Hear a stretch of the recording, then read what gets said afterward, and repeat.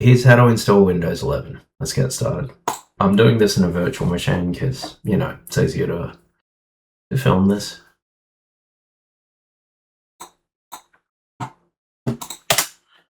Press any key to boot from CD.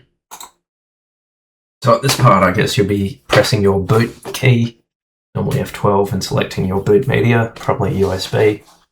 Not many people use discs anymore.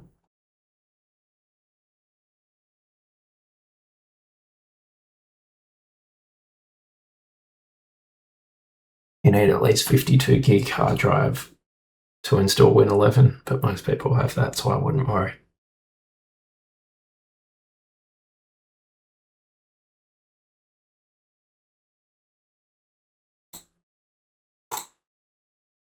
Oh yeah, choose your keyboard.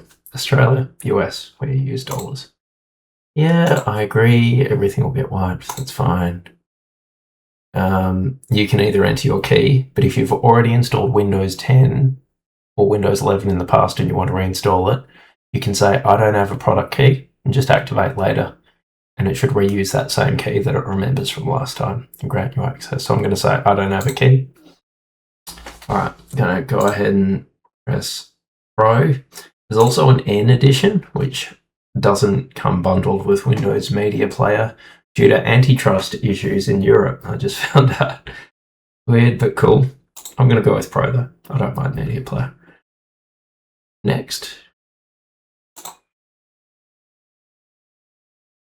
Let's check for TPM, that kind of thing. Don't know if it'll work. Let's try. Oh, just on the subject of... Okay, cool. Now, in a later video, I want to show you how to install Linux. Linux takes way less space, so I'm going to give most of it to Windows. I'm going to give 60 gig to Windows. So I'm going to create a partition. I'm going to say we're working in gigs. So a gig is 1,000 meg, so that's 81 gig. That's 81,000. I want to go 60,000. So, count it. Don't want to miss a zero. 60,000. Apply. And just wait a sec for this to refresh. So, and it's left 21 gig left over for Linux, so that's great. So it creates a 200 meg system and a 16 meg MSR. It's kind of like boot stuff. And the main primary partition is 58.6. That makes sense. That's where we're going to install it, by the way, on the big one. Just let those be. Now we'll go next. Yeah, cool. Install. And here we go. We're installing. One eternity later. Okay, we have finally made it to Windows sign-in thing. So I guess this is where you put your like email address in and sign in, and it restores your computer. So let's do that.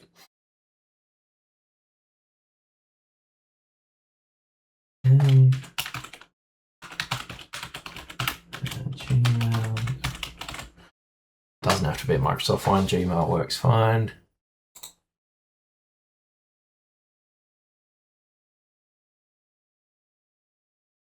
Oh, I don't have a USB key.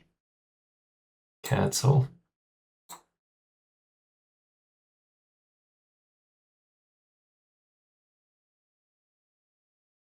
I guess it could send an email. Okay, now I need a code. And then you get an auth code. Cool. And then you chuck the auth code in there. That's fine. Notepad. Yeah, that's fine. All right, that's the code 611684.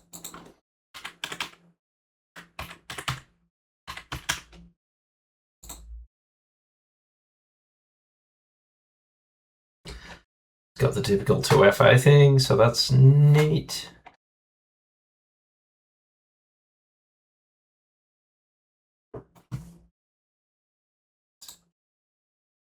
Nice.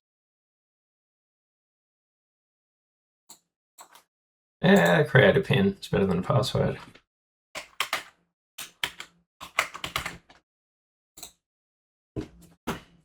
So it's important to know it's not just about cracking the pin with Windows 11 security. You've also the attacker would need to get the relationship between the machine, the pin, and the Microsoft Cloud as well. We'll just turn some of this stuff off, just for privacy. Yeah.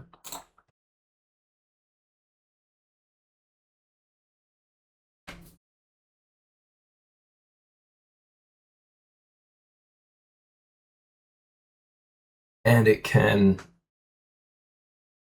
restore another. Yeah, sure, why not? You know what? No. More options. I want to set this up as a brand new vanilla PC. Oh, I've done this a few times before. Set up as new PC, yeah. So I can give you the proper crusty Microsoft out of the box experience. Okay. I'm just going to skip this. You know, add gaming or development or what have you, if you're into that. I'm going to skip that, keep it light on. Use your phone from your PC. I've never done that in my life. I have a perfectly good phone. It is fine to be a phone. But you can do it if you want.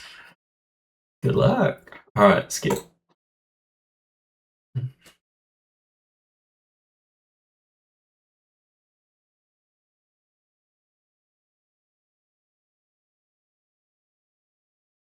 No, I'm good. I don't want to put OneDrive on my phone, please, because I'm only going to get, what, 3-5 gig of space, and I don't want to chew it up with all my photos, so.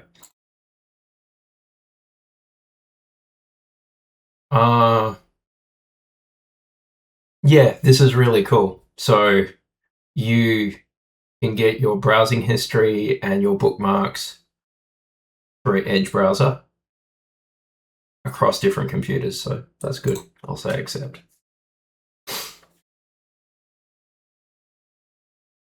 I do not want to pay $159 a year. Thanks. Decline. I also do not want to pay $3 a month for 100 gig of cloud storage. Even though the cloud is great, I have some of these, and I have some of these. I recommend you do the same. If you want backup,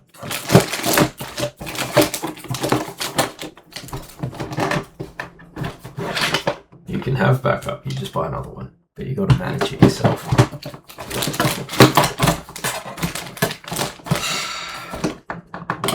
Look, it's not as safe or secure as the Azure Vault. I get it, but I never pay. I just pay once for my hard drive.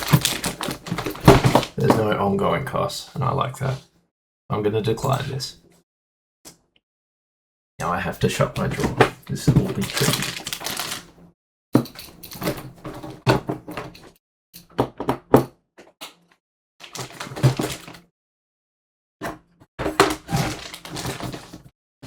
Oh, it's still begging for money. God damn it. What did I press? I didn't press anything.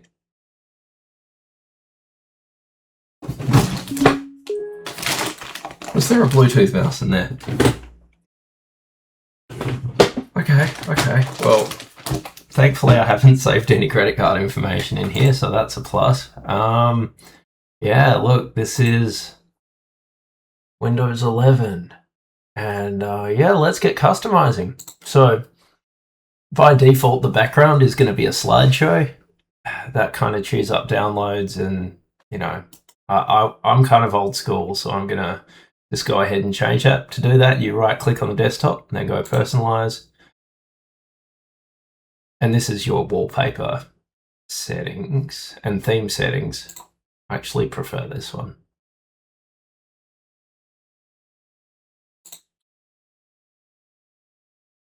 It's not fast or responsive, but when it eventually loads up and saturates all 16 gig of that RAM, then it might start working. Still loading. Oh yeah, still loading. Come on, all I want to do is change your wallpaper. You can do it. To be fair, this is the first time we've installed it, so it's probably setting up some stuff. I wonder if I can make it big. Oh, no.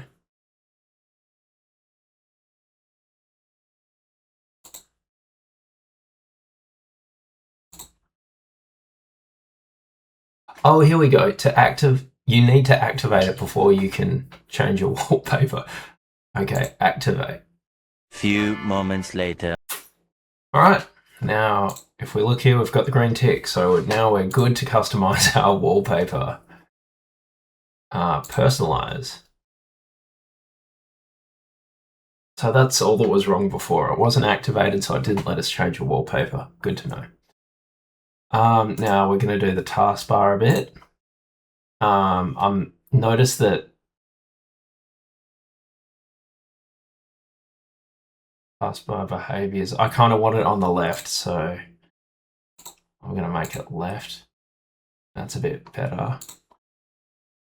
I'm going to remove Copilot. Keep that, remove that. I'm going to install a special web browser.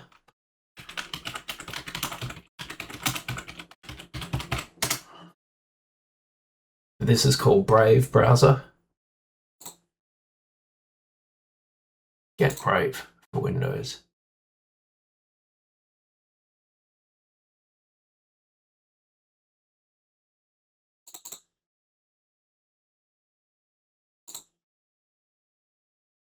And now we're installing Brave.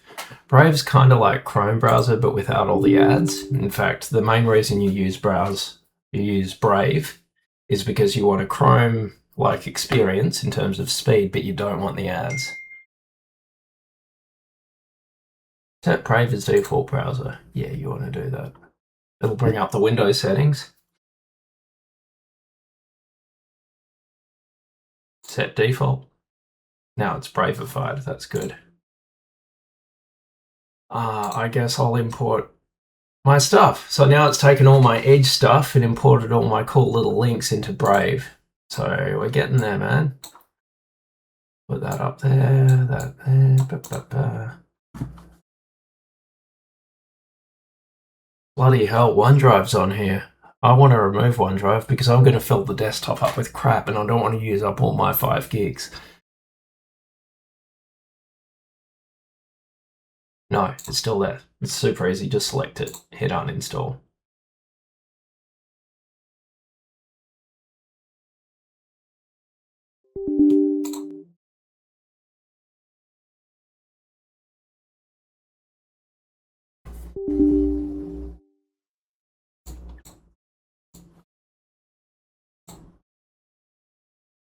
Okay.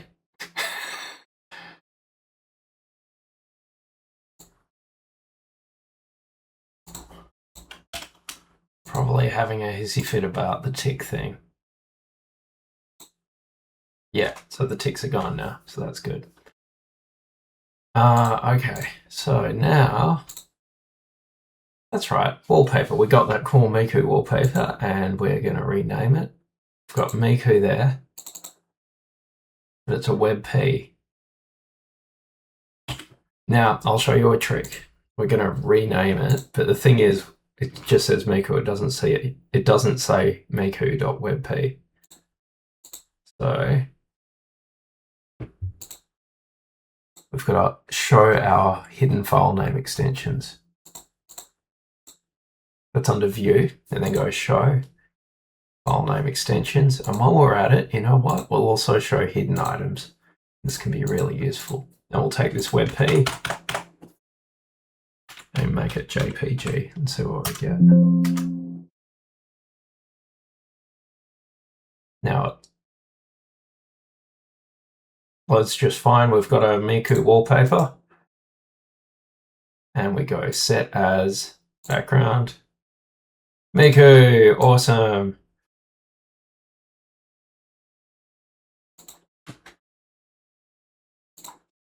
Or if you want, you can set a tiling wallpaper, which it gives it this nice old school look, which is what I've got in my host operating system. So again, we'll go personalize, background, and then picture. Yep. Now browse, and then choose a tiling wallpaper. Choose, and then we change it from that to tile. And now we've got this nice groovy old school look. Look at that. That's cool.